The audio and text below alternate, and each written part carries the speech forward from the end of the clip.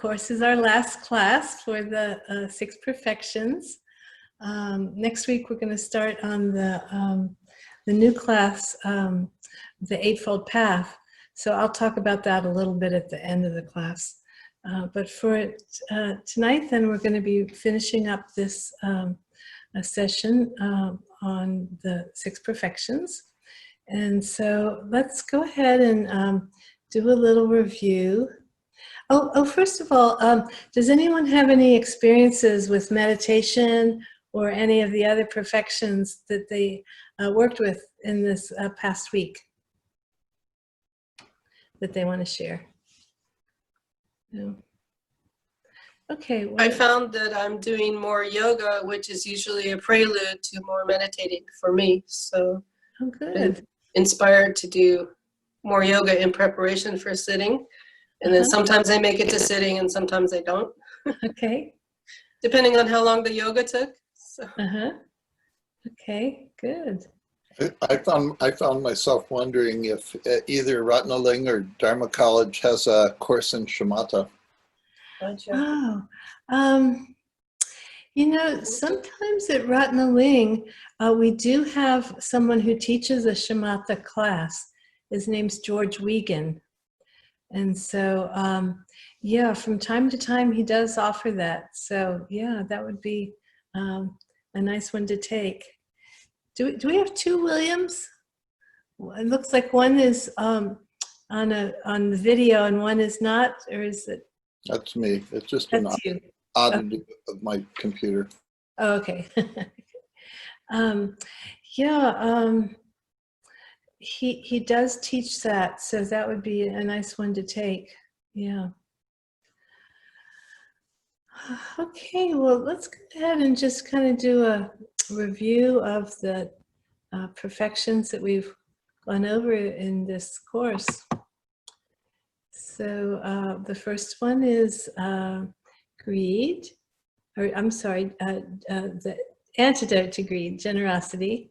We've got Rosemary with us now too. Hi, Rosemary, welcome.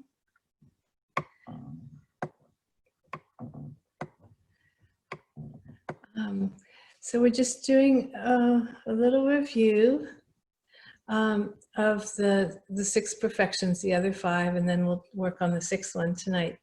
So we've got generosity, which is the antidote to greed, and helps us develop compassion. And it encompasses material help, you know, food, clothing, money, all those physical things, spiritual guidance, and protecting life, and developing contentment so that we don't have to be so greedy. We can be happy with what we have. And then for ethics, this is the antidote to jealousy and harm. And it includes the 5 precepts, which involves refraining from harming living beings, so taking life, taking what's not given, so stealing, not stealing, sexual misconduct, that's kind of obvious what that is, false speech, so lying, or, you know, it usually encompasses things like, you know, backbiting, talking behind someone's back, that's kind of divisive speech, you know, gossiping to somebody about somebody else, that sort of thing, and intoxication. And then it's the things that we want to be doing are all of the positive actions of body, speech, and mind that lead to joyfulness, and also developing selfless compassion. So, you know, helping others in any way we can. And as I go through these, if you have any comments or questions, please feel free to just share those. And then for patience, this is the main antidote to anger, which is one of the most powerful negative emotions we can have. So it's really an important one to work with. And so there's 3 types of patience. One is the ability to endure personal hardships. And I think all of us have been getting a good lesson in that one this past week. It's especially William, who's evacuated, and Rosemary, who's right near the fires, and we are here very close, and Michelle's having to deal with the smoke. So I think we've all been tested very, very much on that one. And then the second, of course, is patience with others who wish to harm us, or who, you know, say harsh things to us, make harsh actions. So all the things that happen that cause us to be angry with other people, that we need to develop patience for dealing with. And then the last is, you know, acceptance of the nature of reality. So sometimes we kind of wish or hope things are going to be different than they are, but really what we need to do is to be able to see the nature of reality as it is and accept it, rather than try to always change it to our favor. And next we have vigor. And so vigor has to do with developing trust, confidence, and perseverance, embodying the spiritual teachings, and selflessly working for the benefit of others. So we have kind of this little bit of a pattern for all of them, have those three different levels. And then for meditation, it's training the mind to peacefully abide in the present moment. And then also cultivating compassion through acts of generosity, ethics, patience, and vigor, the first four of the perfections. And then third is using mindfulness to benefit others.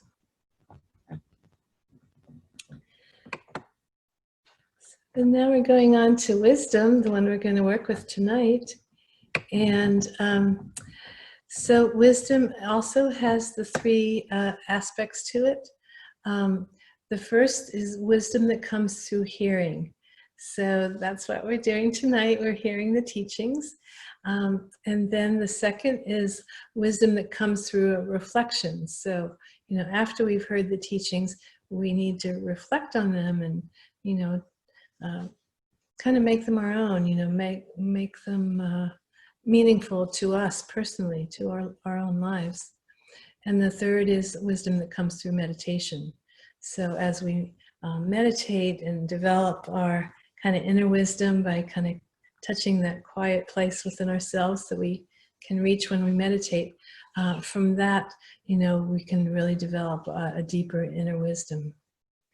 So those are the three levels. And so we're going to talk about each one in a little more detail now. So the first is listening to all of the words spoken by a spiritual teacher and understanding the meaning. And I would also add to that reading too. So, you know, in the ancient times, the Buddhist teachings were presented more as talks and lectures, and of course that still happens today. But a lot of us gain a lot of our understanding of Buddhism through reading. So I would say, in addition to the listening, also the reading. So we read the words, but you know, then we have to move on to the second level, which is understanding them, making them our own. Any questions so far? Okay, sorry, I skipped one here.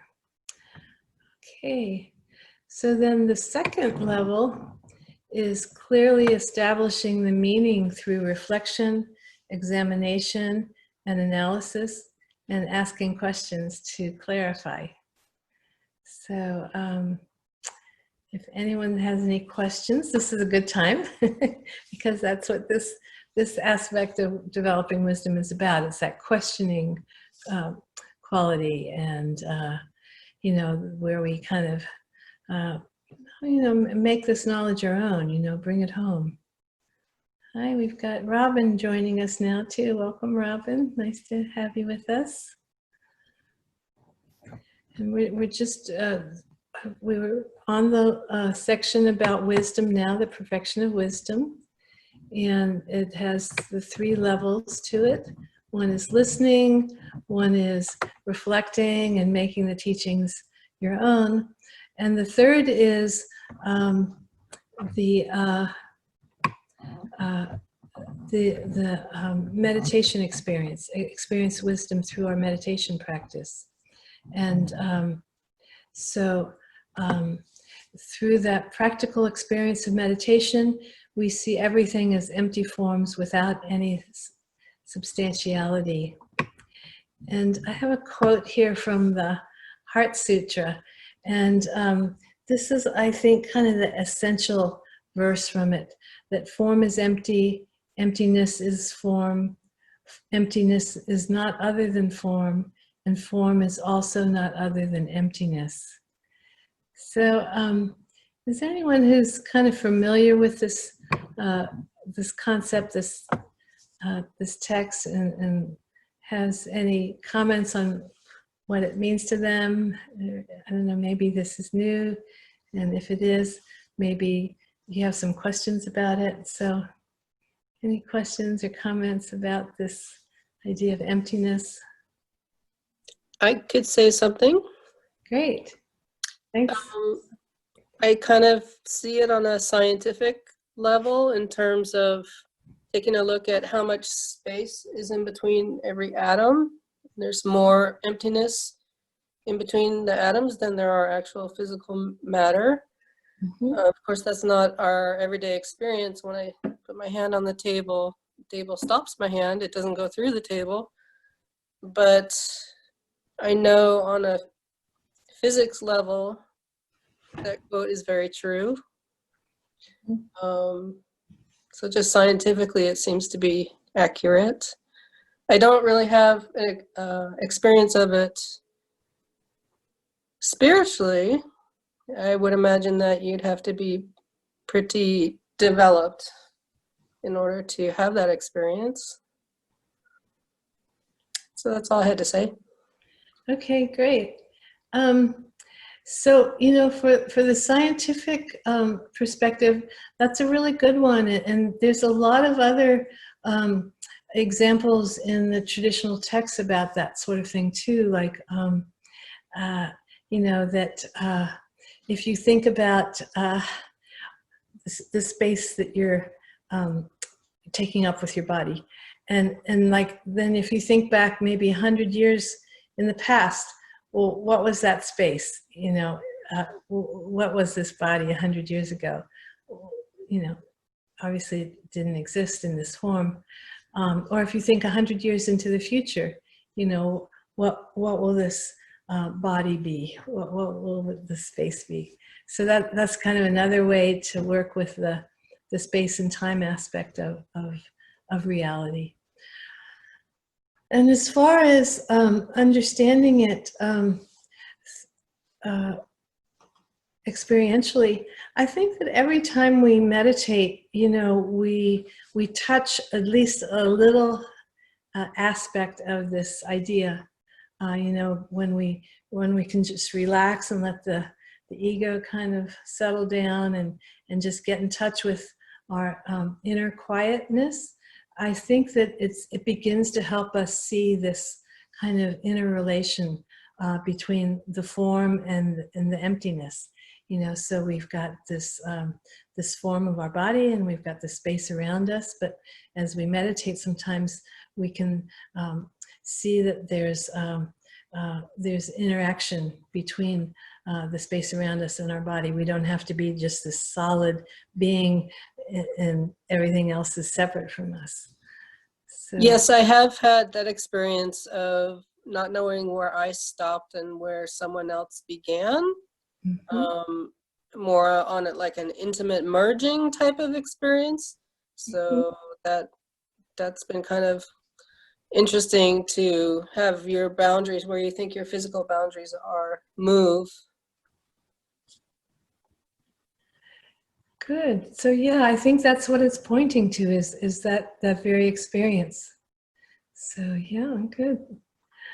Anyone else have any experience with this idea of emptiness, either from an intellectual point of view or from an experiential point of view, that they'd like to share? Yeah, this is Rosemary. Hi, And Rosemary. hey, Rosalind. I have so appreciated the studies that I've done the last few years in TSK, you know, with Carolyn, and then the continued studies in the book group and with Jack, and the exercises in time, space, and knowledge have really given me experiences of this emptiness and form in the aspect of both space and time. So I feel very grateful for those, I guess you could call them meditation exercises that literally somehow facilitate the capacity to experience it. So. Yeah, and I think those are wonderful examples of how we can experience this sense of emptiness and form being interchangeable. That's not even in the religious context, you know, the Buddhist context, but it's a little more from the scientific or philosophical point of view. But sort of however you can get there, you know, it's really helpful when you can experience this.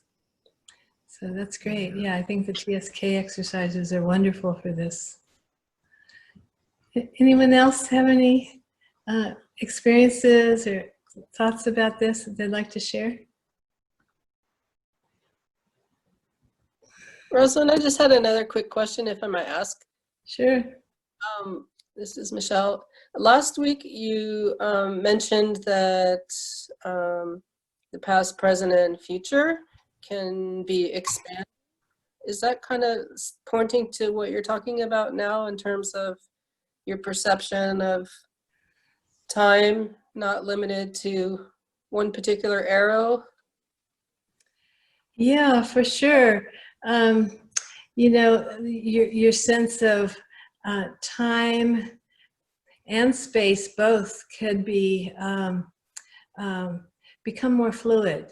You know, usually we have this sense, okay, there was a past, and you know, and there's maybe a future, but you know, I'm in the present. You know, but we kind of forget that, you know, we kind of evolved out of the past, and you were going into the future, and like really the present moment is just very brief, you know, between past and present.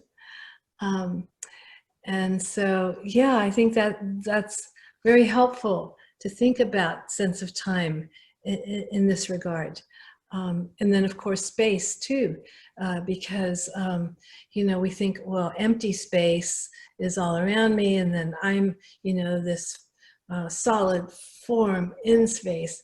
But like you say with the atoms, you know, there's all this space around the nucleus of the atom, and there's, you know, a lot of space within the body, you know, air, oxygen, space between the organs, space between the different nerve fibers, things like that. So we have a lot of space even within our own bodies. And so, yeah, I think those things are really helpful to kind of loosen up this kind of very solid idea we have of ourselves, you know, that we're this body, and, you know, we've been around for X many years. But even if you think about it a bit more scientifically, you know, I think after 7 years, there aren't any cells in your body that were there. Right. You know, that weren't there. So, you know, every 7 years we have a whole new set of cells anyway. So if you think, okay, well, I'm the same being that, you know, I was when I was 10 years old. Well, not really. Right. You know, on one level, you know, maybe you're sort of this collection of ideas and concepts and how you were raised and everything. But, you know, physically, you know, you really aren't the same. It reminds me of the statement, nothing is created or destroyed. So it's like you may have the physical atoms of some Egyptian pharaoh that lived thousands of years ago, because those atoms are still floating around somewhere, right? Right? Thank you. Yeah, you're welcome. Anyone else have any comments about this topic?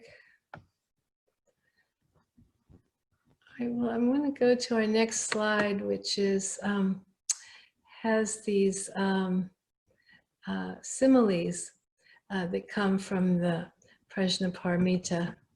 And these are also just kind of along this same line of what we've been talking about, you know, ways to kind of loosen up this concept of us as being this solid being existing in space. And it talks about all these different things that are in our world that are fleeting. So there's traditionally the 8 different similes that are given.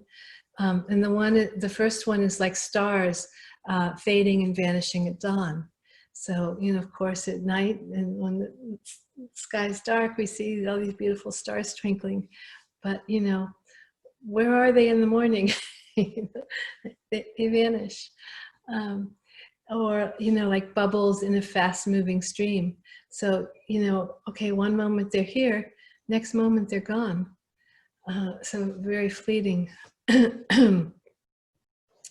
Or like the dewdrops on blades of grass in the morning. First they're there, then they evaporate, so they're gone, so very fleeting. Or like a candle flickering in a strong wind. You know, one moment it's lit, there's a flame, next moment it's out. Or echoes, you know, it appears like they're real sounds, but they're not, they're just reverberations of earlier sounds.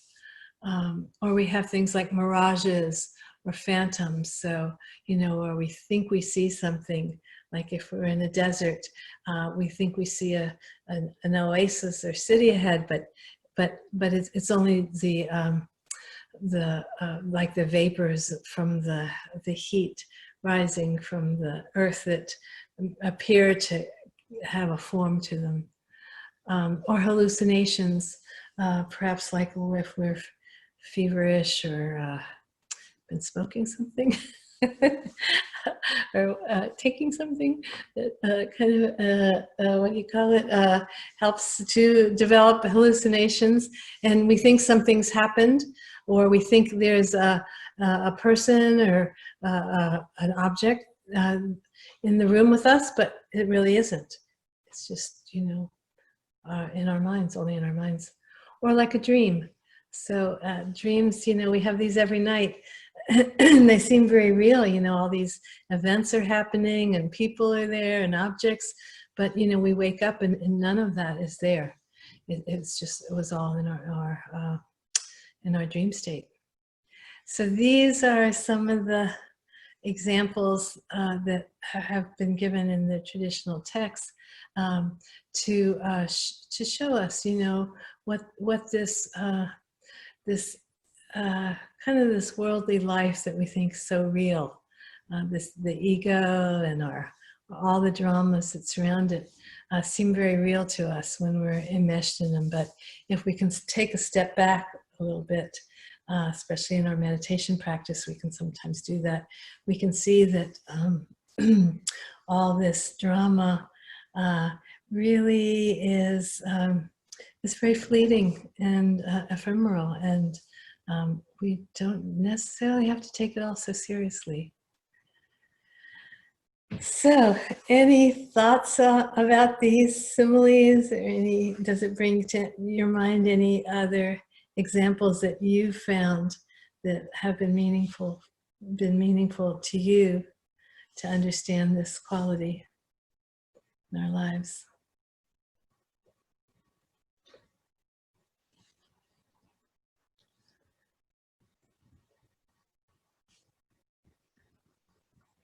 Okay, Well, it's something to maybe think about in this coming week if you'd like to work on this a little more. And when I send out the recording, I'm also going to send out a couple of copies of the Heart Sutra. And this is one of the very beautiful and very short condensed versions of the Prajnaparamita, or the Perfection of Wisdom sutras. And so the sutras, the Perfection of Wisdom sutras, there are a whole collection of texts, as I had mentioned in our first couple classes. And there's the largest is the 100,000 line and version, and then there's a 25,000 line version and an 8,000 line version, and then there's the Heart Sutra, which is just like 1 page long. And so I think it's very beautiful because it kind of condenses all of the concepts into a very short form. And I think the shortest form is what we went over about the form is emptiness. Emptiness itself is form. Form is no other than emptiness. Emptiness is no other than form. But it goes on from there too. And it kind of takes all of the traditional Buddhist concepts like the Four Noble Truths. So it will say, and there is no suffering, no cause of suffering, no ending of suffering, no path, no wisdom, no attainment, no non-attainment. So it goes through all of the traditional Buddhist kind of concepts and ideas, and it turns all of them, and negates all of them, just so that we understand that the Buddhist path isn't really about the dogma. It's not about the words. It's about really understanding this concept that, there is this openness, this awareness, this integration between ourselves and our world that is really what we want to be trying to experience and aiming at. So anyway, it's beautiful text. If you have the time to read some of the longer ones, I really recommend them. They're just very, very beautiful and inspiring. So wonderful body of literature to explore.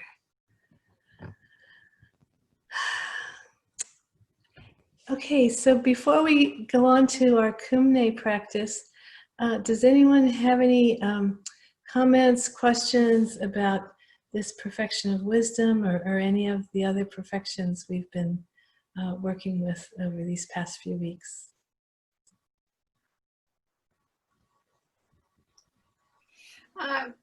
Did we define wisdom? I'm sorry I was late. I didn't mean to be, but No, that's did we fine. define wisdom? Yeah, How do we conceptualize wisdom? yeah. Let me go back a couple slides, okay? Okay. This can just be a nice review for everybody else.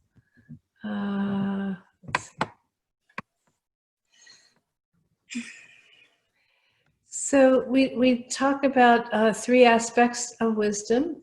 Wisdom that comes through hearing, so like we're doing tonight, or I've mentioned from reading, and then once we get the concepts presented to us, then what we need to do is like reflect on them and really understand them, make them our own. And then the third is the wisdom that comes through meditation. So that's getting in touch with our quiet, deep inner self, where our wisdom really springs forth from. And then our next slides go into each one a little more carefully. So we want to be listening to all of the words spoken, and by a spiritual teacher, and understanding the meaning. So that just, further develops that idea of the listening. And then we need to clearly establish the meaning through reflection, examination, and analysis, and asking questions to clarify. So that's the reflecting part, making it our own, making the understanding of it, our own understanding. And then through the practical experience of meditation, you see everything as empty forms without any substantiality. And then we have this quote from the Heart Sutra: form is empty, emptiness itself is, or emptiness is form. There's different ways of translating it. Emptiness is not other than form. Form is also not other than emptiness. So that, you know, is But wisdom isn't emptiness. Wisdom would be an experience, perhaps, of, I don't know, deep self. But I mean, wisdom surely is the higher practice of all the four perfections. Because I think, did you not say that meditation is a channel and for achieving those four perfections, and wisdom would be the ultimate end of that achievement. Am I correct? right. Yes. Okay. And I think what this is pointing to is wisdom is a big part of it is when we understand this aspect of emptiness through our meditation experience. And you know, emptiness is kind of a funny word. It's I think what we have in English that's close enough to translate, but it's really sometimes the word openness is used, and that I think has a little better quality, because sometimes we think emptiness is kind of sort of has a little negative connotation, you know. So it's empty, it's you know, there's not a positive quality to it. But in this sense, I think when we see emptiness, it is very positive. It's a little more like a quality of openness. So if that's helpful to think of it in terms of openness rather than emptiness. Makes a lot more sense, because openness means openness to your experience of yourself and others, which we have to have in order to achieve, or I don't know if achieve is the right word, but to experience kindness or be kindness and generous and virtuous and all those things. Whereas emptiness implies nothingness, and that's a void, and that doesn't mean anything to me. Right. So I like openness. I wish we'd translate it that way. yeah. That'd be nice. Yeah, sometimes they do that, you know, but then, you know, that maybe can, for some people, that can be like, you know, what do you mean by open? Yeah, exactly. so it's Yeah, I mean, these are hard things, don't we? yeah, these are hard things to put into words in any language, I think, you know, because they're concepts that really kind of go beyond the words. But words is what we have, so we have to kind of work with them. But I think you're right. You know, it's pointing at this more openness where there's, you know, there's not this separation between us and the rest of our world. And when that kind of loosens up, those edges between us and the world loosen up, it's very powerful. It's very liberating. You know, we don't have to feel like this closed up little shell. You know, we can let some air in, and you know, have some kind of experience of breathing and interacting with the space around us, and then we also become much more aware of what else is going on in the world. It becomes part of what we care about. You know, we don't just care about what's inside this little body anymore. You know, we care about all the interactions we have in the world, in the universe, all the beings. We start to care more about those interactions too. So yeah, makes a big difference. Really shifts our perspective. Anyone else have any comments, questions about these ideas? I could see how you could sort of get a little bit trapped in the openness, associating it with openness though, because if form is empty and empty is form, if you think of it as a void where there's nothing there, neither emptiness or form, then there's nothing for the mind to attach onto, because you're kind of stuck in this paradox. Mm-hmm. At least I am. But with openness, it seems like my mind can really attach to how I as a person can be open in the world, because I don't have any other position in terms of my experiences here, not in you. So so I can see how there's more of a sort of a positivity in the openness, and lots to explore in the openness, but I can also see how my mind wants to go there and kind of like think of it as something. Whereas the teaching, it seems like, is nothing, not emptiness or form. Mm-hmm. I don't know, it's a little bit confusing. Yeah. Yeah, well, I think it's something you can play with too, like maybe there's this like little continuum between emptiness on this side and openness on this side. And, maybe there's somewhere like right in the middle, where it's like, okay, I get it. It's not really openness and not really emptiness, but it's like this, maybe somewhere. I'll have to play with that. Yeah. Thank you. Yeah. Okay. Anyone else have any thoughts or concepts? I think they use emptiness because it's referring to empty of inherent existence and empty of permanence. Those are two things that the word emptiness often refers to, and with openness it's a little harder to capture that meaning. Mm-hmm.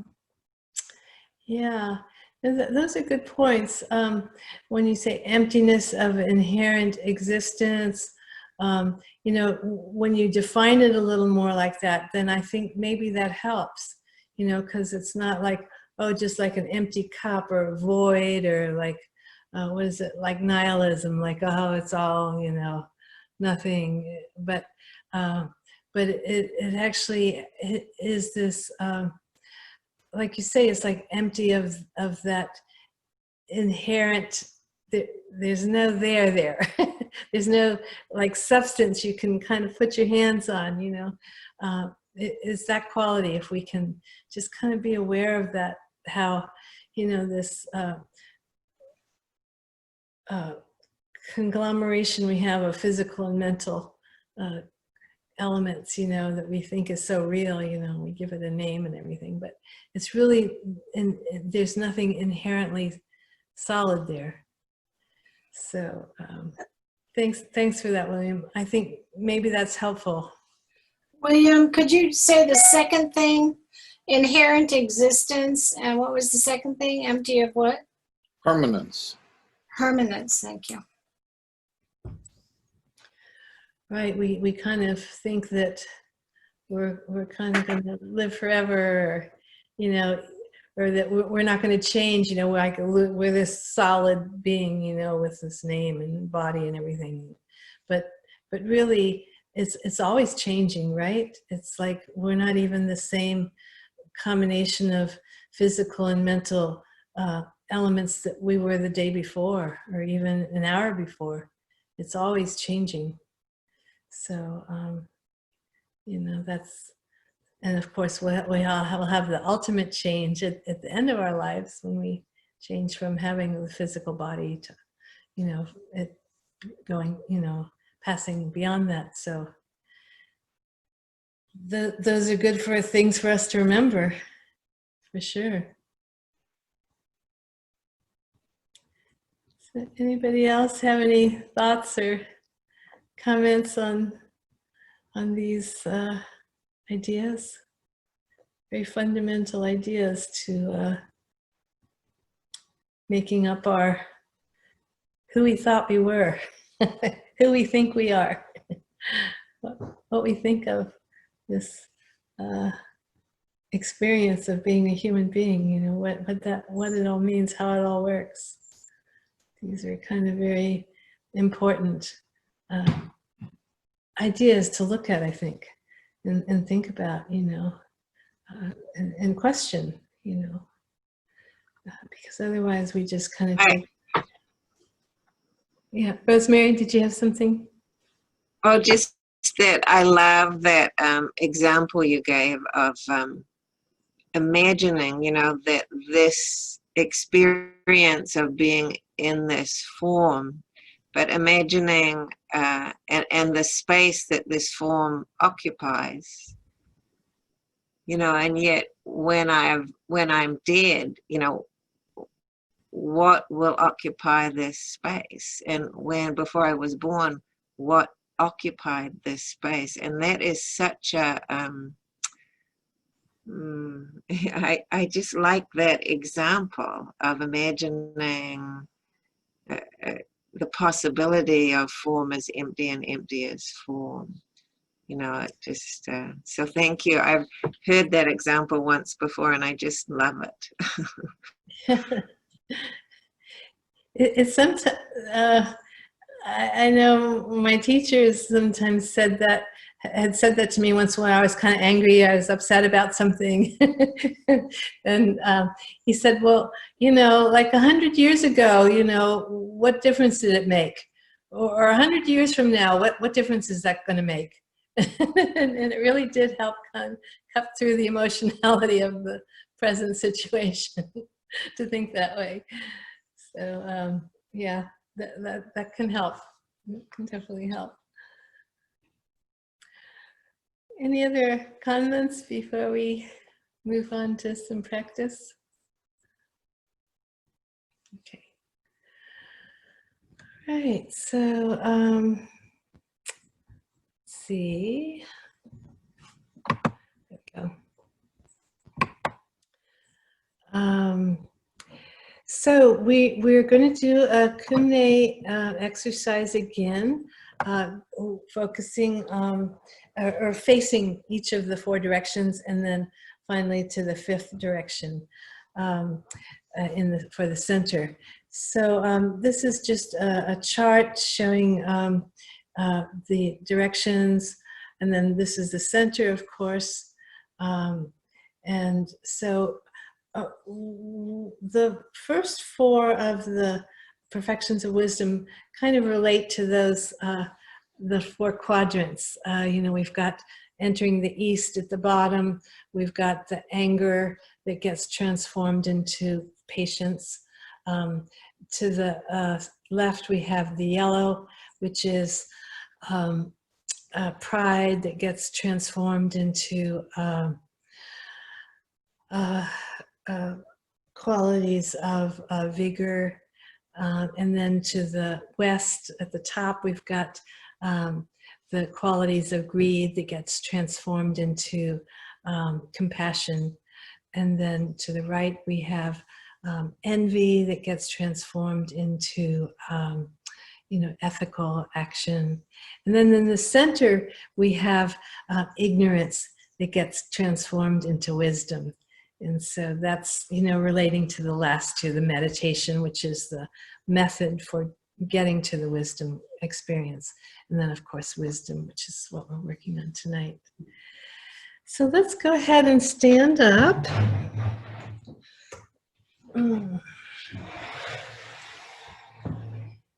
And for this practice, we're going to stand with our feet about hip distance apart.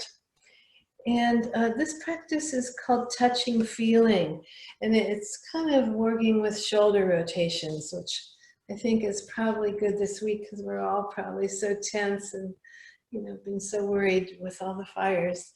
So this will hopefully help relax the shoulders and the neck and that whole area, letting our energy flow better between our bodies and our minds with our breath, facilitating that. So what we want to do first is lift the shoulders up as high as they'll go. And then if you relax a little bit, you can get them a little higher. And you want to pay attention to the back of the neck. And there's kind of this nice, soft, gentle quality there, kind of like a happy baby. So see if you can pay attention to where that little happy baby is at the back of your neck.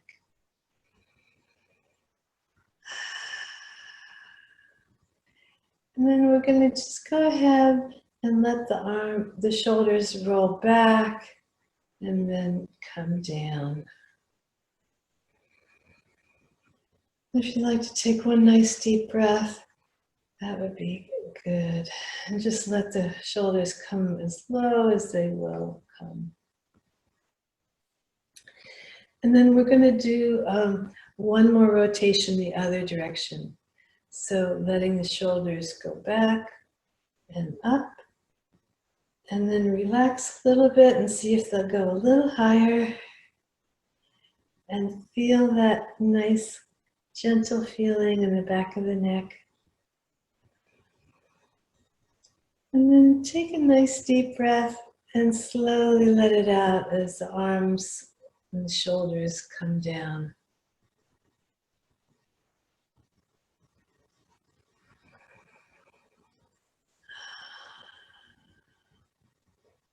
Let's take one nice deep breath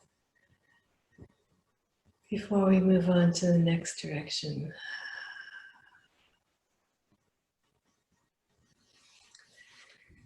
So then now let's go ahead and start by facing the eastern direction. And of course that's where the sun rises. So then we'll go ahead and lift the shoulders up. If you like, you can kind of roll your shoulders up a little bit forward first and then up. You can take a nice deep breath while you're holding them up and see if they'll go a little higher.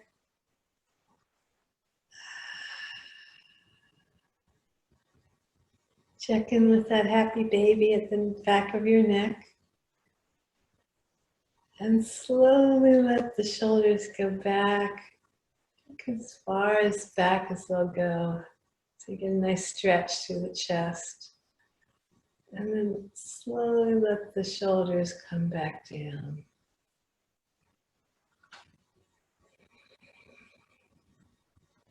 And you can take a nice deep breath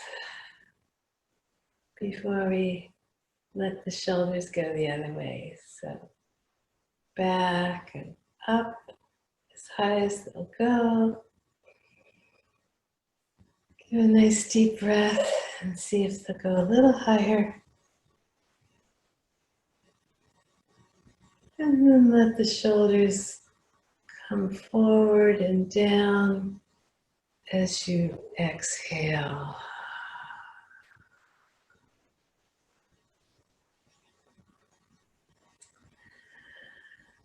Let's take one nice deep breath before we take a quarter turn to our right and are facing the southern direction. If you want, you can kind of shake things out a little bit. Shake your head around a little bit. Shake your shoulders. You're trying to really loosen up this area, helping to relax the shoulders and the neck.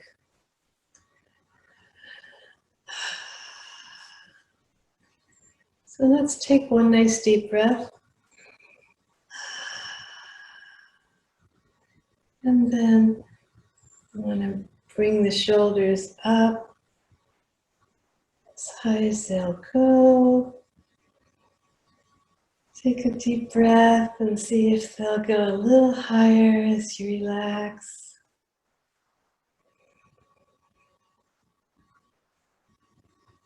And then one more deep breath and slowly let it out as the arms and shoulders come back and down as far as they'll go.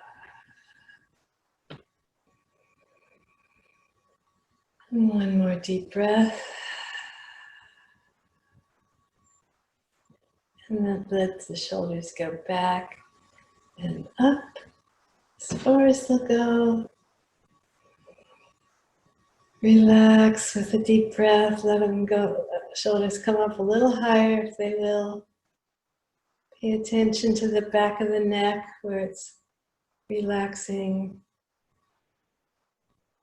And then one deep breath, and slowly let it out as the shoulders come forward and down. And then back to regular position. You can shake out a little bit if you'd like.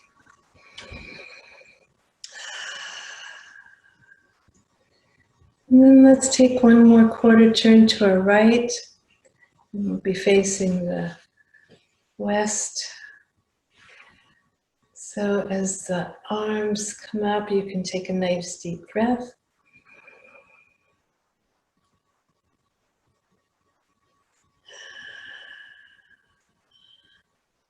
As you relax at the top, see if they can go a little higher.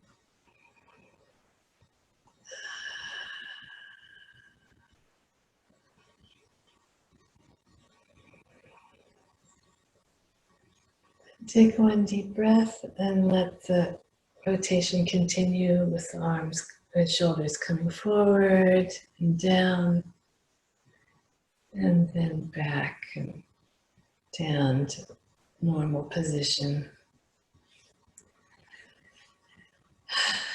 And we'll take one more deep breath and bring the shoulders back and up. Nice deep breath while we let the shoulders go a little higher. Feeling that nice space in the back of the neck as it's relaxing. Another deep breath as we roll forward with our shoulders and down and then back to our neutral position. Another deep breath. You can sigh if you'd like, that sometimes helps. Just letting go of this whole difficult week. And let's take one more quarter turn to our right, and we'll be facing the north. So one more deep breath, and then let the shoulders go back, up. Breathe deeply and let them come a little higher.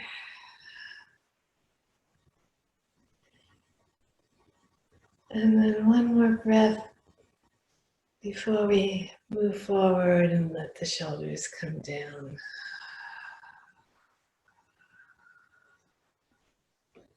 And then back to neutral.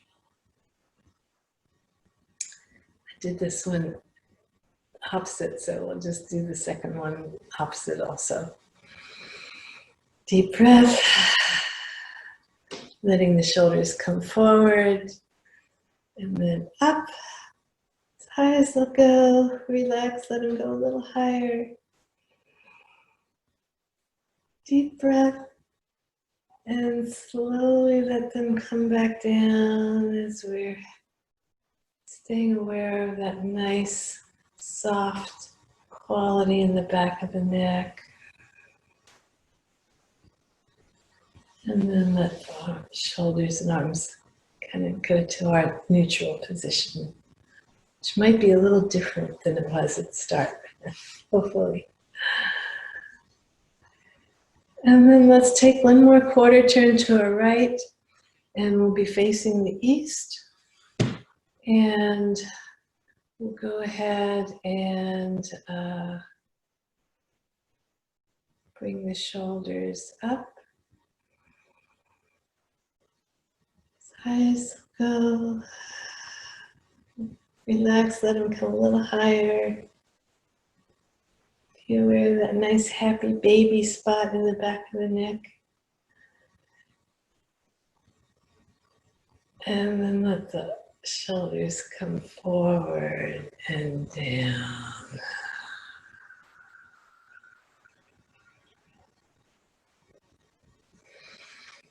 reversed it on that one too. So we'll do this other one going backwards as well.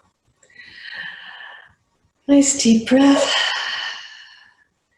Bring the shoulders forward and up as far as they'll go. Relax, let them go a little higher. And one more deep breath. And let the shoulders go back and down as we gradually let the breath out. Being aware of that lovely little space at the back of the neck.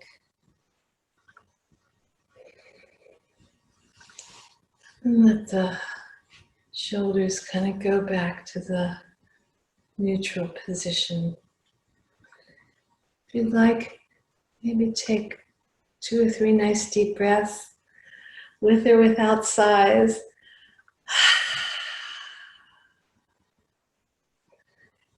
You can shake out your hands.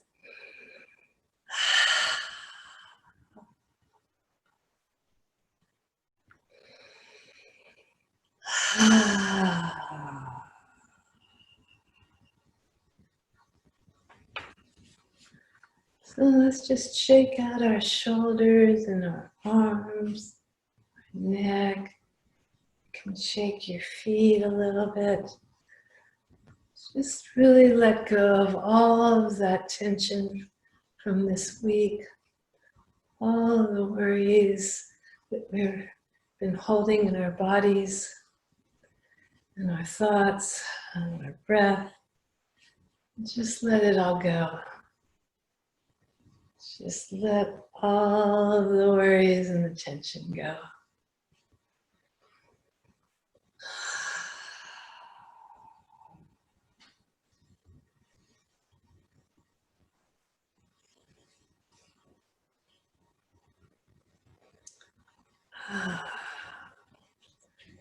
And when you feel ready, let's go ahead and sit back down.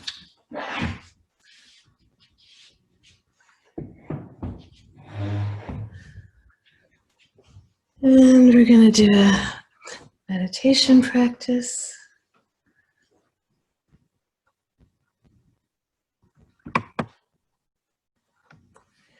So this is Prajnaparamita in the image there. And she's the Bodhisattva of wisdom, and sometimes called the mother of all Buddhas. And this mantra is actually from the Heart Sutra. It's Gate Gate, Paragate, Parasamgate, Bodhisvaha. And it means gone, gone, gone beyond, gone fully beyond, awakened, and then so be it. So the gone, of course, is, we want to be, it's gone beyond kind of our samsaric level of existence and to more transcendent quality. That's what it's referring to.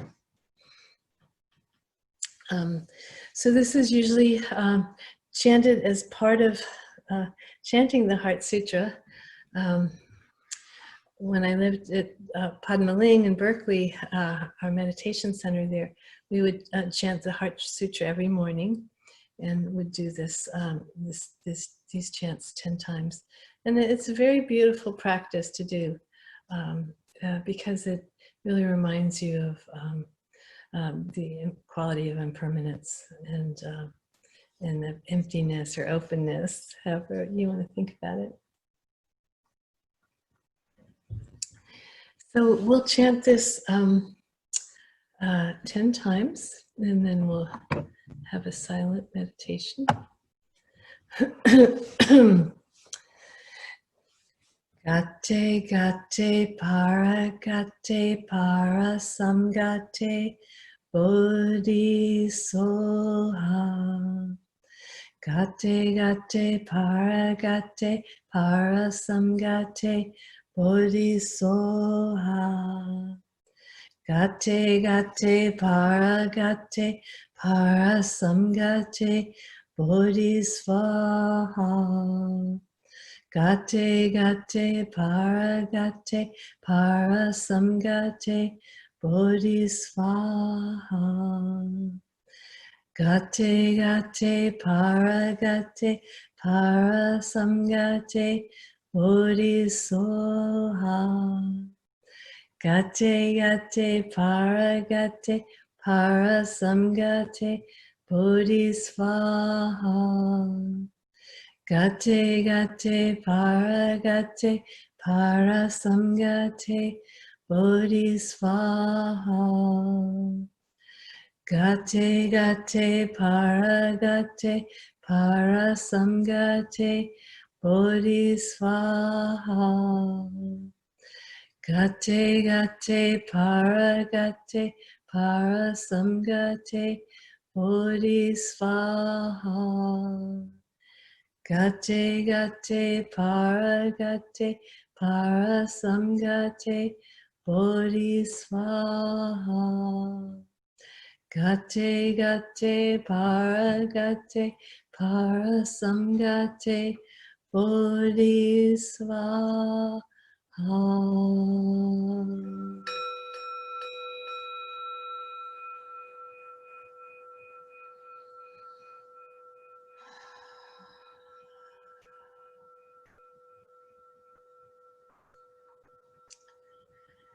So we'll sit in our excuse me, 7 gestures posture with the base of the body forming a nice solid base, our feet, our legs. Our hands are on our knees or in meditation mudra in the left under the right. Arms are relaxed. Shoulders and back are back and down. If you want, you can kind of roll them back and down. Chin is tucked in slightly, which helps straighten the back of the neck. Chest is up and out a little bit, which also helps to straighten the spine. And eyes are either closed or gazing on the ground in front of us, about 3 feet, with a gentle gaze. And the tongue can be curled so that the tip touches the upper palate behind the upper teeth. And that helps us breathe evenly through both nose and mouth at the same time, which is a nice relaxed way to breathe.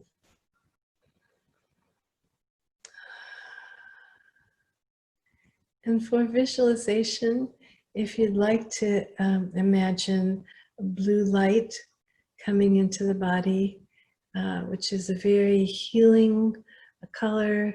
It's the color of the healing Buddha. It's also the color of the center of the mandala, this deep blue where we're transforming our ignorance into wisdom. And you can experience the blue light filling all the senses, relaxing the eyes, relaxing the ears, relaxing the nose, relaxing the mouth and the tongue. And then the light can flow into the throat and the neck, opening this chakra, our breath chakra, speech chakra. And the light can then flow into the shoulders, into all the nice relaxed muscles we've created from our practice, further relaxing the shoulders. And the light can flow into our upper arms and into our elbows, to our forearms, our wrists, our palms, relaxing the whole body as the palms relax. And into our fingers. And the light can flow into our torso, transforming all of our internal organs into organs of light.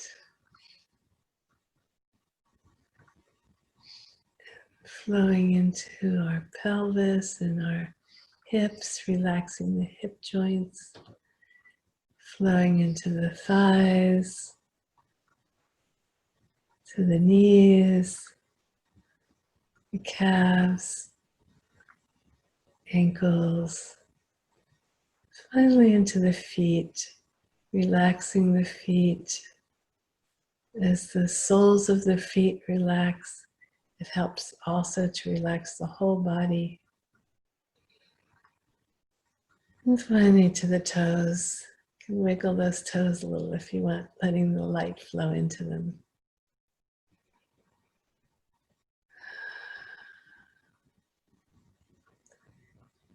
And if you'd like, you can also imagine the light flowing out from your own body into the universe, touching all beings with the same beautiful light that's flowing through your own body and healing all of the suffering of the world. Any physical ailments, any emotional concerns, any lack of food or clean water, any lack of freedom, anyone suffering, healing all of those ailments of beings.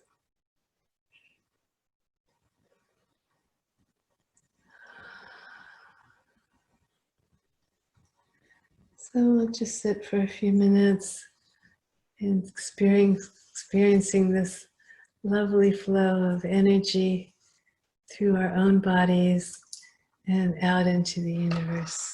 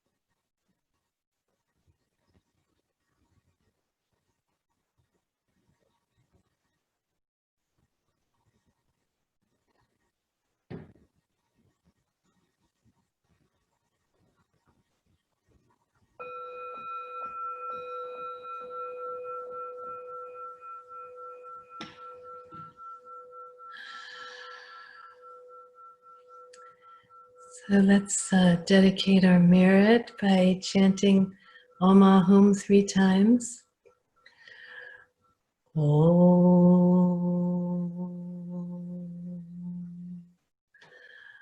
Om.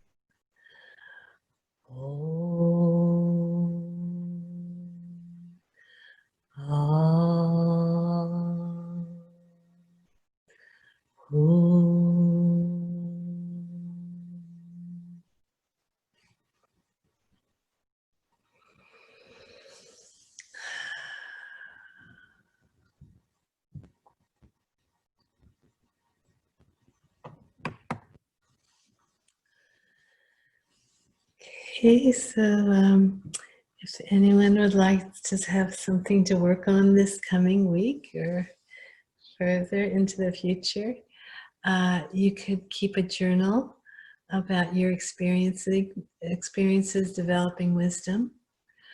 And you can reflect on whether you listened to the teachings or read them.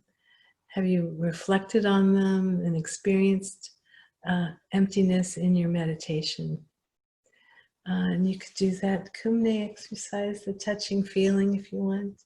And that can be done seated also, if you'd like, or standing, either one.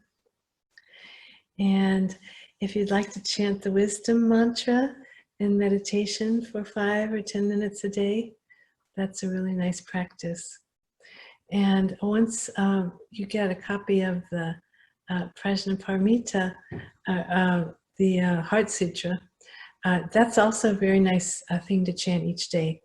And I'm sending you 2 versions. One is translated from the Tibetan, and it has the Tibetan transliteration in it as well. So if you want to chant English, and also you could chant it in Tibetan. The Tibetan script is thought to have a special power to it. It's very kind of a sacred script, so it's very nice to chant it in Tibetan. And then I'm also sending a translation by Thich Nhat Hanh from the Vietnamese version. And I think he's just a really wonderful Buddhist teacher. And it's a little bit of an unusual translation, but I think just for comparison, it's interesting to look at. So anybody have any questions or comments about the practice today, or what we went over today, or anything from the 6 weeks that we've been working with these paramitas, the perfections?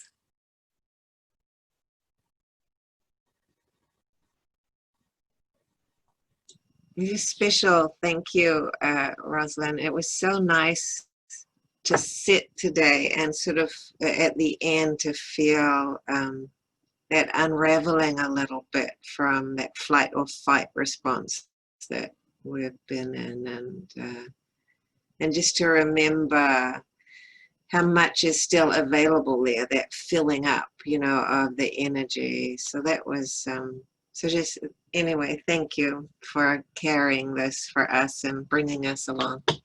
Appreciate it. You're welcome. I think this final week of our class was very intense for most of us. Sure it was for you where you live.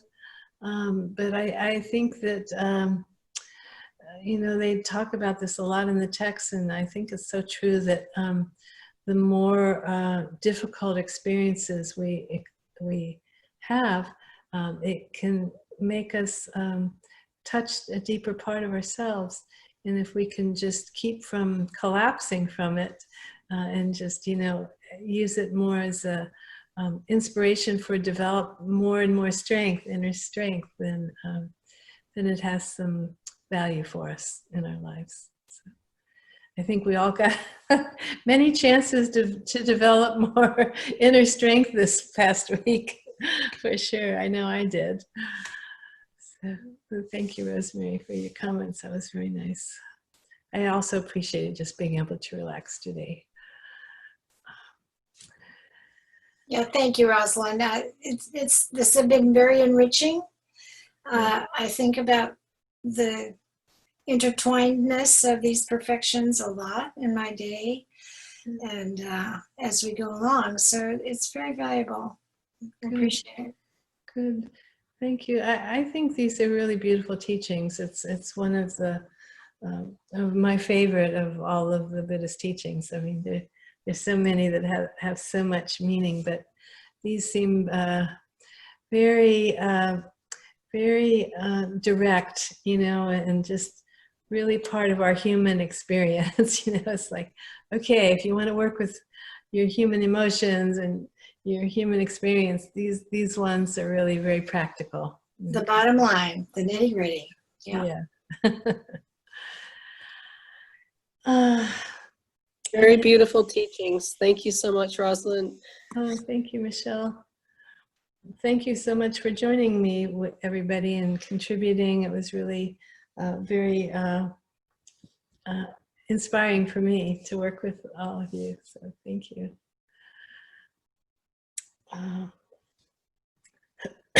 Excuse me. I did just want to mention that starting next week, we have a new session of classes. It's going to focus on the Eightfold Path, and in kind of a similar way that how the four measurables folded into the six perfections. I kind of feel like the six perfections kind of fold into the Eightfold Path. We kind of start the first of the 8 is right view, and that's really, you know, based on this kind of view that we were talking about tonight, this view of reality. And then it just goes on to, you know, the right actions, which, you know, a little bit tie in with some of the ethical things we talked about, and then right livelihood, and then right meditation and mindfulness. And so it's kind of like a further development. I kind of see it like how to put these things into our practice, you know, like, all right, these are more concepts in a way, and now, okay, how do we manifest them in our lives? So anyway, I hope maybe some of you can join me for that class, and it'll be the same time, so it'll just be kind of some way like a little bit of a continuation of this exploration we've been doing so far. So I hope some of you can join me. It's very sweet. I've really been appreciating having a weekly check-in like this during this time of social isolation. So very much gratitude towards you. Oh, good. Well, thank you, Michelle. It's Yeah. really been great for me too to touch base with all of you and have it to prepare for these classes too. It's made me have to review this material and you know, it's kind of really renewed my inspiration for how beautiful they are. So thank you. Sweet. Opportunity. All right. Well, take care, everybody. Hope you stay safe. Hope you get back into your home soon, William and Rosemary and Robin. Hope things stay safe in Napa Valley there. And Michelle, too, I know you've got fires on kind of not so far away from you as well. So hope they stay far away. Thank you. You as well. Stay safe. Thank you. Okay. Good night, everybody. Good night.